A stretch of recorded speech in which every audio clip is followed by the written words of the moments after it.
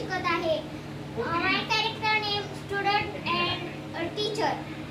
चला मुलांना सांगा पाहू शिस्त म्हणजे काय? सर शिस्त म्हणजे मम्मी समोर वाजलेले व्हॉट्सअप नोटिफिकेशन न पाहणं. अरे बाप रे,